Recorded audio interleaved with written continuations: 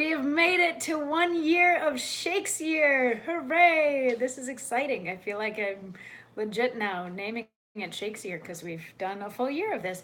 And in celebration, I am wearing my crazy King Lear crown that was made by our stage manager Mel when I played King Lear, because it felt appropriate to wear a crown. And also, we get to hear from King Henry, so it is appropriate to wear a crown because we get to hear from a king today. We are still working on Henry IV Part 2, and according to the folio, we are now in Act 4, Scene 2. According to other versions, this is sometimes Act 4, Scene 4. Um, and yeah, so quick little catch up on things. Prince John outsmarted the rebels and got them to disband their army before arresting them. And he said that he would take their grievances to the king, but he didn't say that he wouldn't arrest them for being treasonous. So that's a thing. And Falstaff, when he raises kids, is going to raise them to be alcoholics. So now in Act 4, Scene 2, we start out with King Henry coming in, and now he's in a chair. He's been getting sicker and sicker. He's been getting closer and closer to dying. And he comes in and he's like, okay, well, I guess if this is what we're gonna do, then like we don't have to go to war, and that's kind of cool. Maybe we'll send some of our troops up to Scotland, and maybe I'll eventually get to fight that crusade that I wanted to have, but is never actually happening. And by the way, is my son like, where are my kids right now? And they're like, well, Prince Hal is out hunting. And he's like, is Thomas with him? Thomas of Clarence being another of the king's sons. And they're like, no, Thomas is right here. And Thomas of Clarence is like, what, can I do something for you? And King Henry says, nothing but well to thee, Thomas of Clarence. How chance thou art not with the prince, thy brother? He loves thee, and thou dost neglect him, Thomas.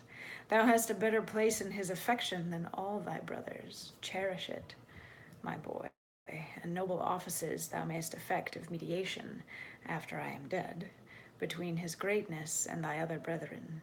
Therefore, omit him not, blunt not his love, nor lose the good advantage of his grace by seeming cold or careless of his will, for he is gracious, if he be observed. He hath a tear for pity, and a hand open as day for melting charity.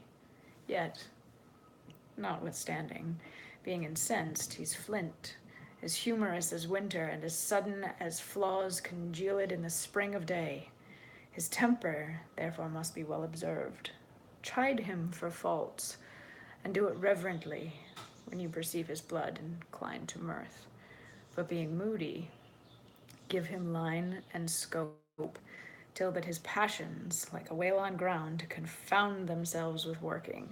Learn this, Thomas, and thou shalt prove a shelter to thy friends, a hoop of gold to bind thy brothers in, that the united vessel of their blood, mingled with venom of suggestion, as force perforce the age will power it in, shall never leak, though it do work as strong as a contium or rash gunpowder.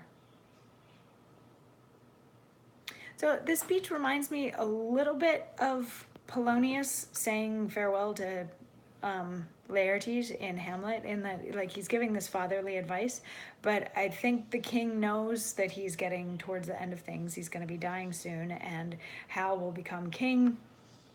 And he wants to make sure that there are people around that will look out for him and help make sure that he's a good king. So now he's imparting all of his wisdom about Hal to Thomas.